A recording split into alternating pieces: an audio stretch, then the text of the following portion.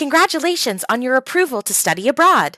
This is an exciting time that brings a lot of questions, so we hope to help you in knowing what to expect over the next few months and how to prepare for your experience abroad. First, it is important to note that in order to participate in your program, you must formally commit by the deadline.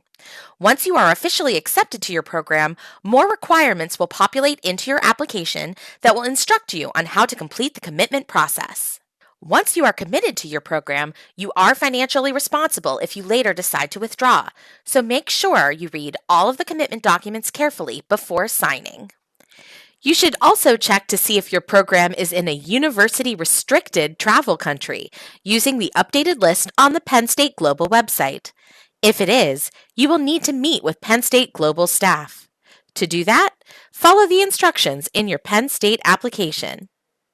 The next thing you should do is make sure all tasks are completed in your Penn State application, meaning when your gray progress circle is fully closed, you click the Submit button that appears at the top of the page.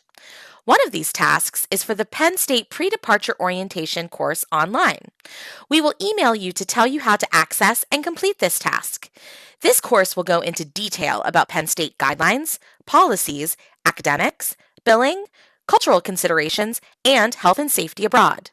It is mandatory, and many of your questions concerning logistics will be answered during this course, so don't put off completing it.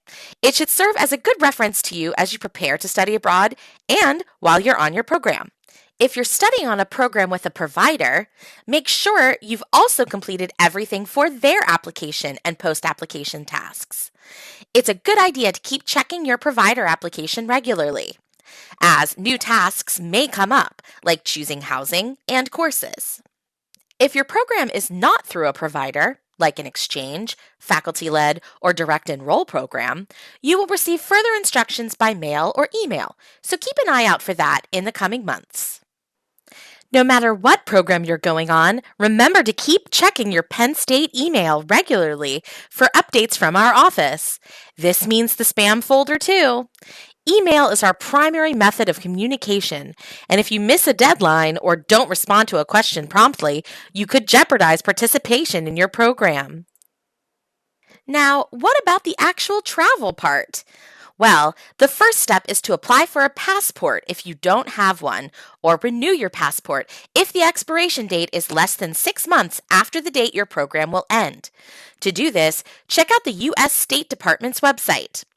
Processing a passport can take between 4 and 12 weeks, or sometimes even longer, so it's important to get the process started as soon as you can. It's a good idea to check if you will need a visa for your program and what the visa requirements are for where you're headed, because the process to apply for a visa can take some time. Depending on your nationality and the country you're going to, the visa requirements and process can be completely different, so it's best to do this research on your own instead of getting information from a friend.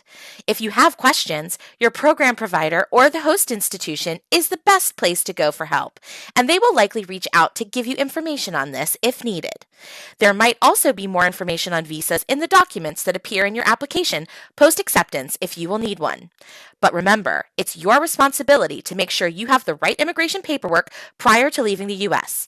Also, you often can't submit your visa application without your passport, which is why it's so important to apply for one as soon as possible. Other than thinking about your passport and visa, you should not make any other travel arrangements at this point. Your program provider, host institution, or faculty leader will give you further information on when and where to arrive for your program. And once you have that, you can start thinking about booking flights. Still have questions? Contact your Education Abroad advisor, program provider, or host institution for more information and assistance.